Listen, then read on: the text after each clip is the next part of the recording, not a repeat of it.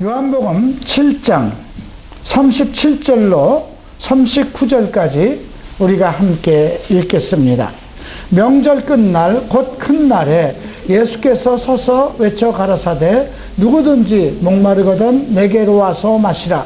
나를 믿는 자는 성경의 이름과 같이 그 배에서 생수의 강이 흘러나리라 하시니 이는 그를 믿는 자의 받을 성령을 가리켜 말씀하신 것이라. 예수께서 아직 영광을 받지 못하신 고로 성령이 아직 저희에게 계시지 아니하시더라. 아멘. 성경에 가로로 이렇게 된 것은 이 글 쓴 저자 사도 요한이 추석을 달아놓은 것입니다. 아직 예수께서 영광을 받지 못하신 고로 성령이 아직 저희에게 계시지 아니하더라. 그 당시 믿는 사람들이라도 아직 성령이 그들에게 역사하지 않았다는 것입니다. 그러니까 믿는 자에게는 성경의 이름과 같이 그 배에서 생수의 강이 흐를 것이다.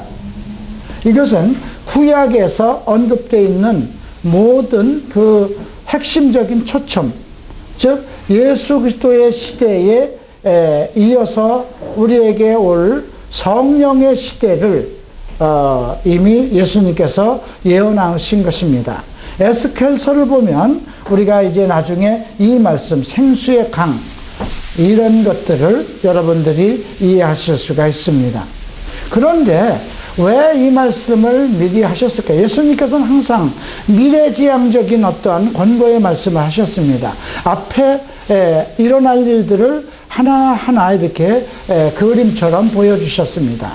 요한복음의 특징은 예수님이 하시고자 하는 일, 예수 그리스도의 모습, 하나님의 계획들을 어떠한 그림으로 보여주고 있다는 것입니다.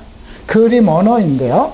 그래서 우리가 갈보리채플의 설교도 사실 여러분들이 들으면서 어떠한 그림과 같은 형태로 생각을 해 두시고 묵상을 하시면 이해하기가 쉽습니다. 지금 예수님께서는 자신을 여러 가지 형태로 여러 가지 그림 언어로 보이셨습니다. 로고스라는 그러한 주제를 가지고 자기 자신이 생명의 본체이신 말씀 로고스라는 주제를 가지고 생명의 빛이요 생수요 생명의 떡이요 하나님의 어린 양이요 여러 가지 그림으로 보여주셨습니다.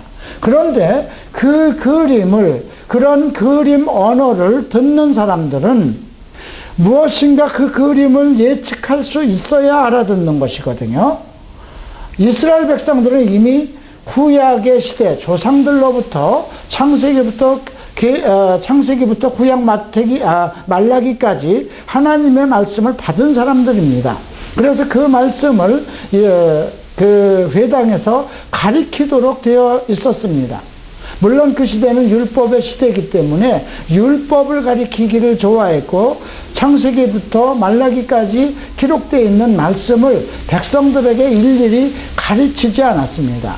그래서 그 가르치지 아니한 걸로 인해서 백성들이 율법화되어 버렸고 율법만 지키면 된다. 교회 가서 예물을 드리고 그 절기마다 예배만 드리면 된다. 안식일을 지키면 된다. 이렇게 아주 간단한 그런 종교의식 속에 매여 있었습니다. 지난주 요한복음 6장에 이런 말씀이 있죠. 44절에 보면 나를 보내신 아버지께서 이끌지 아니하면 아무라도 내게 올 수 없으니 오는 그를 내가 마지막 날에 다시 살리리라. 선지자의 글에 저희가 다 하나님의 가르치심을 받으리라 기록되었은즉 아버지께 듣고 배운 사람마다 내게로 오느니라 그랬습니다. 그러니까 창세기부터 말라기까지 구약의 선지자를 통해서 이미 하나님이 앞으로 계획한 많은 일들을 기록하셨습니다. 그 말씀 속에는 중요한 메시지가 그림 언어로 기록되어 있어요. 네. 하나님의 어린 양이라는 그것도 여러분 그들 생활 속에서 실제로 애굽에서 출애굽할 때 어린 양을 잡은 실제로 있었던 일이지만 이스라엘 백성들 그것을 경험하지 못한 백성들에게는 하나의 그림입니다. 그렇죠? 하나님께서 이스라엘 백성을 구원하시는 하나님 섭리 속에 들어있는 그림 언어라는 것입니다.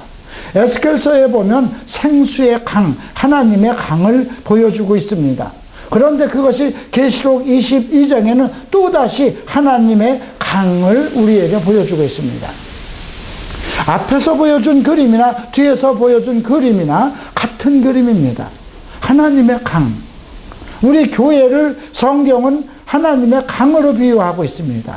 그래서 그 강 옆에는 달마다 열매를 맺는, 그 달마다 열매를 맺는 나무들이 있고 강가에 어부들이 있다고 기록되어 있습니다. 생수의 강, 무엇일까요? 우리가 요한복음 6장에서는 생명의 떡, 나는 하늘로부터 아버지께서 너희에게 생명을 주시기에 주신 살아있는 떡이라고 말씀하셨습니다. 네. 그런데도 그 말씀을 그들은 이해하지 못하고, 야, 너무 이건 어려운 말씀이다. 그러고 떠나갔습니다. 전부 다, 제자들 중에도 많은 사람이 떠나갔습니다. 그래서 예수님은 12제자에게도 너희도 가려느냐? 이렇게 물으니 시몬 베드로가 우리 영생의 말씀이 여기 계시오니 우리가 주를 떠나 어디로 가겠습니까? 12제자들은 예수님이 영생의 말씀 그 자체인 것을 이해할 수 있었습니다.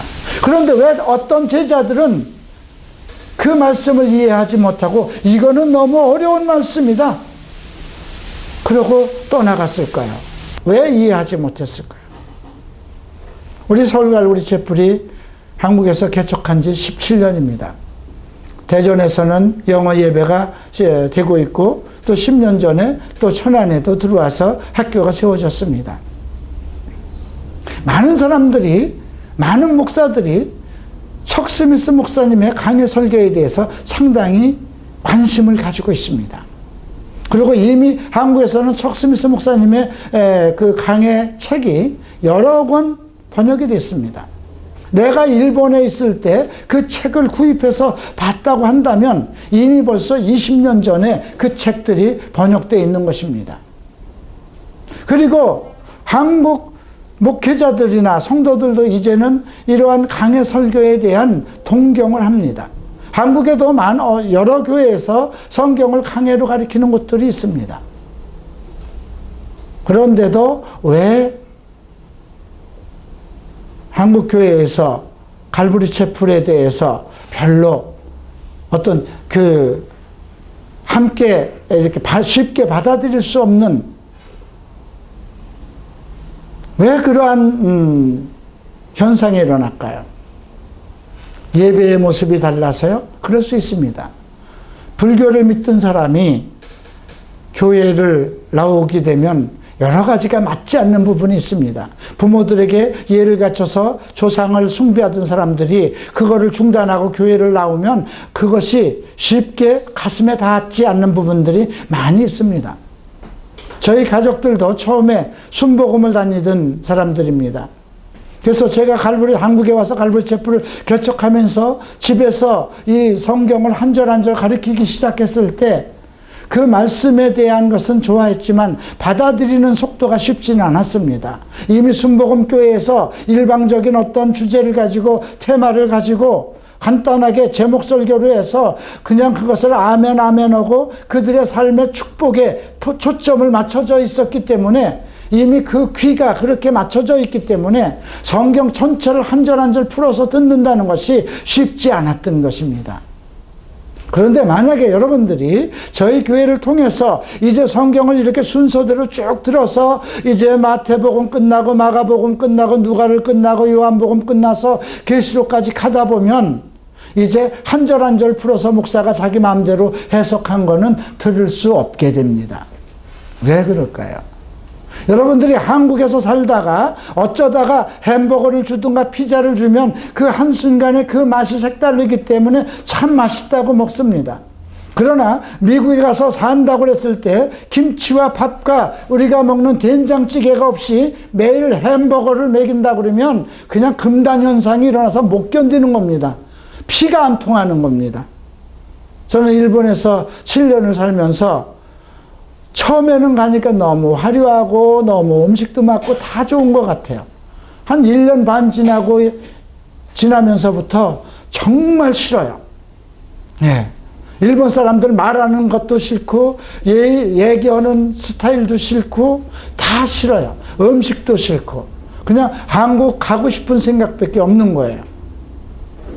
그게 우리 사람들이 그러한 습관, 우리의 몸도 그렇게 습관이 되지만 우리의 영혼이라는 것도 나라는 존재가 그렇게 어떤 것에 매여버린다는 것입니다.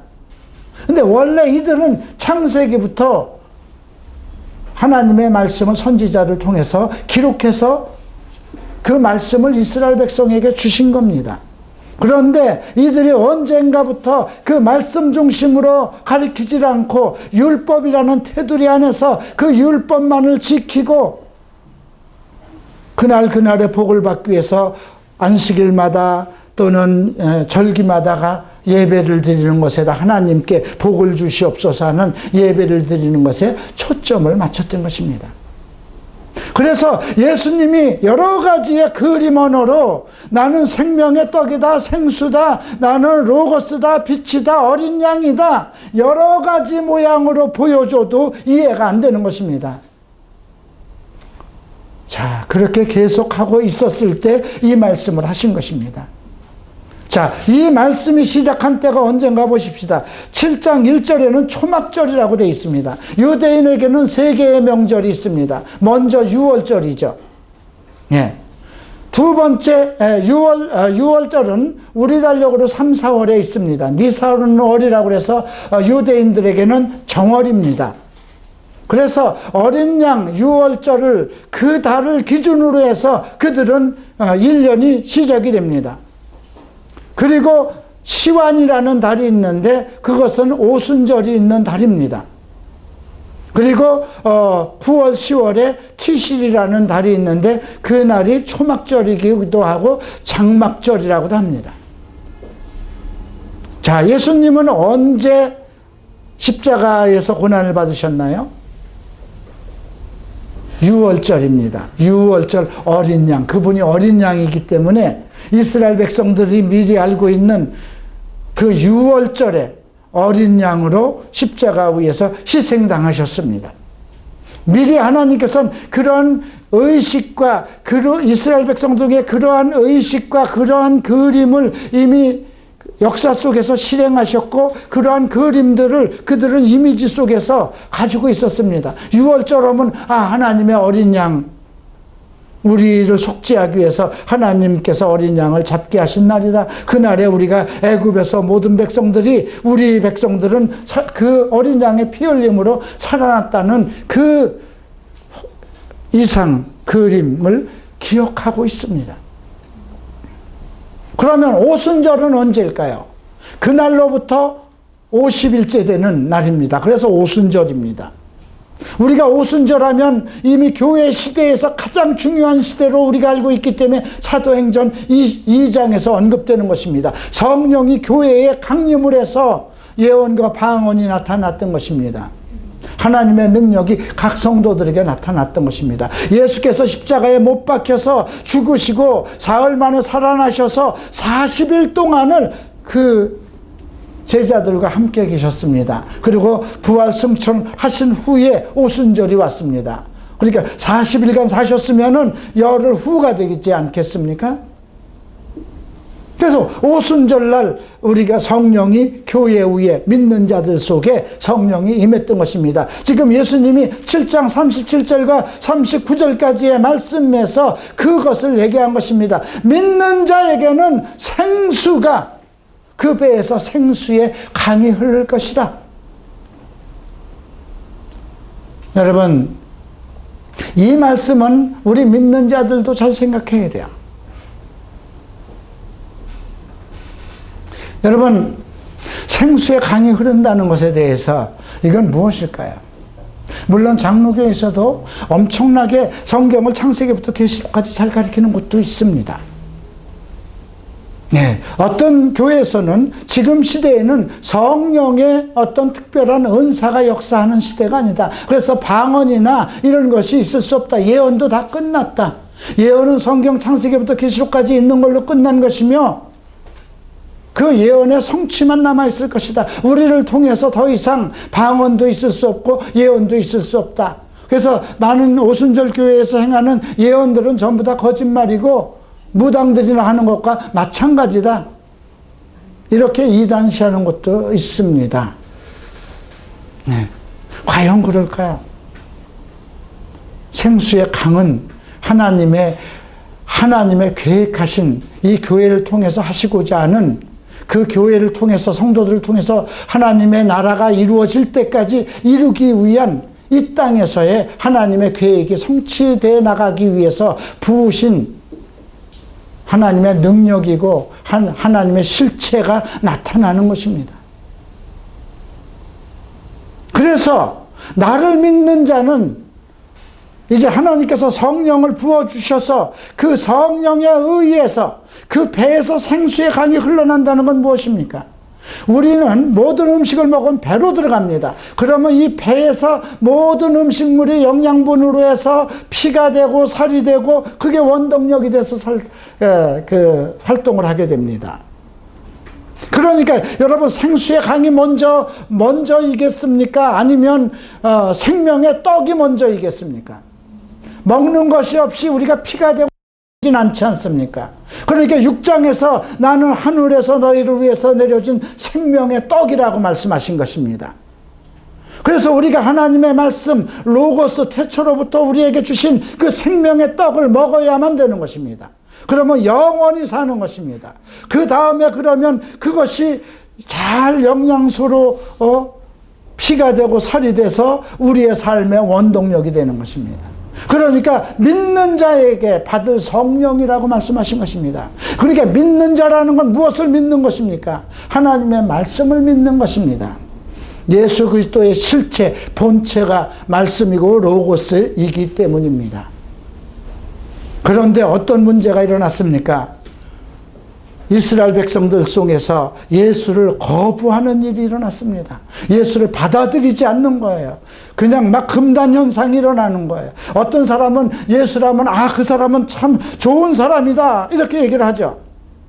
네, 왜냐하면 12절 보세요. 예수께서 대하여 무리 중에서 수군거림이 많아 혹은 좋은 사람이라며 혹은 아니라 무리를 미혹해 한다 이렇게 했습니다. 네. 자, 또 31절 보면 무리 중에 많은 사람이 예수를 믿고 말하되 그리스도께서 오실지라도 그 행하실 표적이 이 사람의 행한 것보다 더 많으려 한 이처럼 무리가 찬반으로 둘로 나누고 있습니다. 우리나라가 지금 근래에 와서 찬반 논쟁이 아주 심각합니다. 진보와 보수 이 두 가지 이념적인 그러한 여론이 들끓고 있습니다. 과거 노무현과 또 과거 김대중 때를 거쳐서는 그 어떠한 그 공산주의 사회주의도 우리가 받아들여야 된다. 그런 우호적인 그런 중국과 아니면 북한에 대해서 우호적인 그런 사상을 가지고 그런 사람들이 들끓기 시작했어요. 그러나 한쪽에서는 안 된다. 우리는 보수적이고 우리는 그대로 우리 민족의 어떤 그 평화를 지켜야 된다. 그런 무리가 있습니다. 이 무리가 계속 싸우는 것입니다. 합의를 도대체 이룰 수가 없는 것입니다. 이스라엘 백성들도 지금 그런 현상에 도달된 것입니다. 예수님께서 지금 이 초막절이 됐어요. 초막절에는 어떻게 되냐면 일주일 동안 8일 동안 행사가 지어집니다.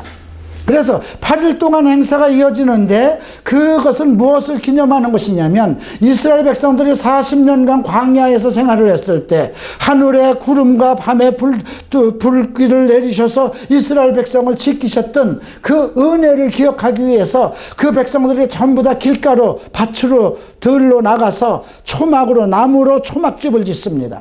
대충 얼기설기 이렇게 집을 짓는 거예요. 그래서 그 백성들이 그 초막에 거하면서 그 구멍이 이렇게 조금 얼기설기한 곳으로 하늘의 별들을 보며 자기 자녀들을 가리킵니다. 우리 조상들이 애굽에서 어린 양 하나님의 그 구원하심을 통해서 이제 모세를 통해서 광야를 나올 때 하나님께서 우리에게 신발이 헐지 않게 하시고 먹을 것을 주시고 목이 마르지 않도록 하신 하나님의 은혜를 이야기해 주는 것입니다. 그래서 이때마다 커다란 축제가 일어나는데 성전에서는 어떤 축제가 일어납니까? 제사장들이 그 실로암이라는 그 밑에 언덕까지 내려가서 금주전자를 가지고, 그 금주전자는 이제 성수를 해서 성전에다 붓는 겁니다. 그래서 그 금주전자에다가 큰 금주전자를 제사장들을 메고 실로암에 가서 물을 길어가지고 올라옵니다. 그러면 수많은 사람들이 매일매일 그것을 따라서 올라오죠. 그래서 정오가 딱 되면 그 금주전자를 성전 문 앞에다가 이렇게 물을 부어버립니다. 그때 백성들은 와, 우리 하나님께서 생수를 우리 백성들에게 먹이셨다는 것을 기념합니다. 그것이 매일매일 일주일 동안 있었습니다. 일주일 동안 행사 동안에 그 행사가 핵심적인 행사였습니다. 그런데 8째 되는 날 명절 끝날에 있었어요. 그렇죠? 그 7장 여러분 37절에 보면 명절 끝날, 곧 큰 날이라고 했어요. 마지막 클라이막스가 되는 날입니다. 8일째 되는 날입니다. 근데 그때는 일주일 동안 물을 다 부었고 그날은 그 행사를 안 합니다. 그러니까 그 백성들이 전부 다 그 광장에, 성전 앞에 기다리고 있는 겁니다. 하나님의 어떠한 말씀이 선포되기를, 은혜가 선포되기를. 그때 예수님께서 서서 말씀하신 것입니다. 누구든지 목마르거든 내게 와서 마셔라. 나를 믿는 자는 성경의 이름과 같이 성경을 가지고 말씀하셨습니다.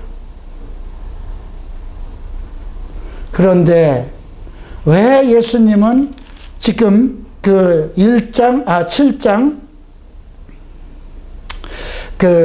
6절에서 왜 내 때가 아직 이르지 아니하였나니 너희 때는 늘 준비되었다. 왜 때를 얘기했을까요? 8절에는 너희는 명절에 올라가라. 나는 내 때가 아직 차지 못했으니 이 명절에 아직 올라가지 아니하리라. 아직 올라가지 아니한다는 건 무엇입니까? 나는 지금은 올라가지 않겠다. 그리고 비밀리 올라갔어요. 10절 보면 그 형제들이 명절에 올라간 후에 자기도 올라가시되 나타내지 않고 비밀리에 가셨어요. 어떻게 보면 예수님이 맞아 죽을까 봐 겁이 났나? 이스라엘 백성들이 뭔가 화가 나서 예수님을 해코지할까 봐 비밀리에 올라가신 건가? 그의 동생들도 예수님을 믿지 않았어요. 나중에 이 동생들은 전부 다 이스라엘 백성들의 지도자가 돼서 초대교회를 돕는 그런 원동력이 되었습니다. 그런데 그때만 해도 비아냥거리기 시작했습니다. 예수님이 명절에도 올라가지 않으니까 4절에서 뭐라고 얘기를 합니까? 3절에서 예수 형제들이 예수께 이르되 당신이 행하는 일을 제자들도 보게 여기를 떠나 유대로 올라가소서. 스스로 나타나기를 구하면서 묻혀서 일어난 사람이 없나니 이 일을 행하려 하거든 자신을 세상에 나타나가소서. 당신이 정말 메시아라고 그렇게 자꾸 한다면 제자들이 좀 보게끔 지금 이 행사 중에 빨리 올라가서 좀 그렇게 당신을 좀 나타내소서. 이렇게 비아냥거립니다. 그런데 주님이 뭐라고 그랬습니까? 내 때가 아직 이르지 아니하였다. 네. 이 말은 요한복음 2장에서도 하신 말씀입니다. 어머 여자여 아직 내 때가 되지 않았습니다. 그래서 마리아가 뭐라고 그럽니까? 예수께서 무슨 말씀을 하시든지 너희는 그대로 하라 하고 하인에게. 우리가 그래서 요한복음 2장에 아직 내 때가 되지 아니하였노다 그 말씀과 이 말씀은 같이 봐야 돼요. 그래야 이해가 됩니다. 여기서 원했던 예수님의 때는 예수님이 어떤 일을 행하기 위해서 그 모든 준비, 그러한 여건이 형성되기를 기다렸던 것입니다. 자, 갈보리 채플이 18년 동안 참 황당했습니다. 나는 분명히 일본에서 정말 하늘이 갈라지고 하늘이 열리는 기쁨과 환희와 평안함을 체험했고 말씀 속에서 흘러가는 생수를 정말 체험했습니다. 나는 이 배에서 생수가 흐른다는 것을 실질적으로 내 몸속에서 그러한 체험을 느꼈어요. 제가 일본에 있을 때 정말 배에서 생수가 흐르는 것처럼 그 시원함과 온몸이 어떠한 향 속에 묻혀 있는 것과 그런 것을 실질적으로 느끼기 시작했을 때, 그런 말을 듣는 사람들은 어떤 분은 그 당시엔 제가 집사님이었는데요. 집사님한테 아마 생수의 영이 은사가 부어졌은 것입니다. 이런 얘기까지 들었습니다. 정말 특별했습니다. 아마 그러한 특별한 체험과 그러한 많은 내가 겪었던 은사들이 없었으면 제가 지금까지 갈보리 채플의 목사로 18년 동안을 이렇게 지켜오지 못했을 것입니다.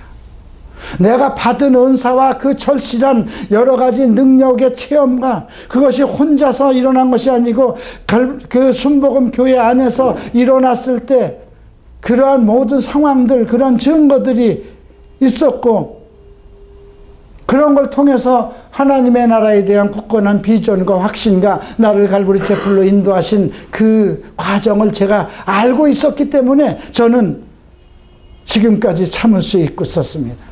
한국에 나와서 그러한 은혜와 사랑은 계속 남아 있었는데 실질적으로 사실 나에게 커다란 능력은 나타나지 않았습니다. 아마 그런 것이 계속 나타났으면 저는 어쩌면 상당히 조급한 성격이기 때문에 잘못된 길로 나갈 수도 있었을 것입니다. 말씀을 살펴보고 말씀을 연구하고 기도하는 것보다는 어떠한 내게 나타나는 은사를 통해서 능력을 행하고 성도들을 모으는 일에 열중을 해서 아마 한국교회 다른 교회처럼 그렇게 넓은 길로 갔을지도 모릅니다. 여기서 내 때가 아직 이르지 아니하였다. 무엇일까요? 어떤 상황과 여론 조성이 되기를 기다렸던 것입니다. 백성들 속에서는 찬반 논리가 일어났어요. 12절 보죠. 예수에 대해서 무리 중에 수근수근함이 많아 혹은 좋은 사람이다 혹은 아니라 무리를 미혹해 하는 자들이다. 그리고 유대인들은 계속 그는 우리를 미혹하게 하는 이단자라. 그래서 예수를 믿는 사람들은 모두 출교하기로 결정을 내렸던 것입니다. 그러면 사람들이 이렇게 찬반, 이렇게 하나님의 진리와 하나님의 능력의 말씀, 하나님의 본체이신 분이 와서 말씀을 선포하고 많은 이적과 기적을 선포하는데도 사람들에게 그 사람들 속에서 이러한 반론과 혼란이 있는 것은 왜 그랬을까요? 예수님은 하늘에서 하나님에게서 오신 직접 보고 배운 진리를 선포하고 있었지만 그 백성들이 배운 것은 다른 성경이었습니다. 똑같이 하늘에서 내려주신 것은 창세기부터 그 당시까지 말라기까지 있는 성경이었는데 그 성경을 그대로 배우지 않고 그 백성들은 율법이라는 법 안에서만 움직여왔던 것입니다. 그래서 예수님이 16절에서 뭐라고 그럽니까? 내 교훈은 내 것이 아니요 나를 보내신 이의 것이니라. 사람이 하나님의 뜻을 행하려 하면 이 교훈이 하나님께로서 왔는지 내가 말한 것인지 알리라 했습니다. 교훈, 그분은 모든 가르치는 것을 성경을 통해서 가르쳤던 것입니다. 그런데 이스라엘 서기관들은 그렇게 가르치지 않고 어느 장로가 어느 랍비가 이렇게 말씀하시되 그랬습니다. 그래서 18절을 보면 말하는 자는 자기 영광만 구하되 보내신 이의 영광을 구하지 않는 자는 말하는 자는 자기 영광만 구하되 보내신 이의 영광을 구하는 자는 참되니 그 속에 불의가 없느니라 그랬습니다. 그러면 그들은 우리가 믿는 것은 모세인데 모세로부터 온 모든 것을 믿는 건데 우리가 잘못된 것이냐? 이렇게 반론을 제기할 수 있습니다. 아니라는 것입니다. 그래서 예수님은 19절에 모세가 너희에게 율법을 주지 아니하였느냐? 너희 중에 율법을 지키는 자가 없도다. 너희가 어찌하여 나를 죽이려 하느냐 했습니다. 또 22절에 모세가 너희에게 할례를 주었으니 그러나 할례는 모세에게 난 것이 아니요 조상들에게 난 것이라. 그러므로 너희가 안식일에도 사람에게 할례를 주느니라. 그러니까 너희가 모세가 주는 그 할례에 대해서 상당히 관심을 가지고 있지만 실질적으로 성경을 살펴보면 그 할례가 모세로부터 온 것이 아니고 우리의 믿음의 조상 아브라함으로부터 하나님께서 명령하신 것이라는 것이죠. 그러니까 너희가 성경을 보지 않고 하기 때문에 모세도 오해하고 있다는 것입니다. 성경을 오해하고 있다는 것입니다. 그래서 너희가 성경을 바로 보았다면 모세도 내 속에 있는 것을 알 것이고 또 너희들이 내 말을 충분히 이해할 수 있었을 것이라는 것입니다. 그래서 결국은 예수 그리스도가 하나님의 보내신 메시아인 것을 알지 못하는 것은 첫 번째는 그들이 성경을 바르게 공부하지 않고 그들만이 가지고 있는 또 다른 그들의 성경, 율법책에 의해서 그러한 종교적인 의식 속에 살아왔기 때문입니다. 두 번째는 무엇일까요? 두 번째가 이제 이렇게 되어 있습니다. 27절 보자. 우리는 이 사람이 어디에서 왔는지 아노라. 그리스도께서 오실 때에는 어디서 오는지 아는 자가 없으리라.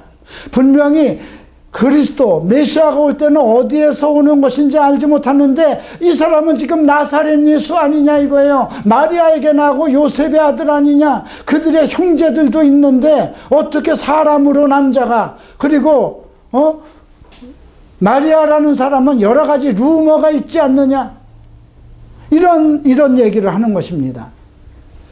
예수님은 뭐라고 그럽니까? 너희가 나를 알고 내가 어디서 온 것도 알거니와 내가 스스로 온 것이 아니로다. 나를 보내신 이는 참이시니 너희는 그를 알지 못하나 나는 아노니 이는 내가 그에게서 났고 그가 나를 보내셨음이라.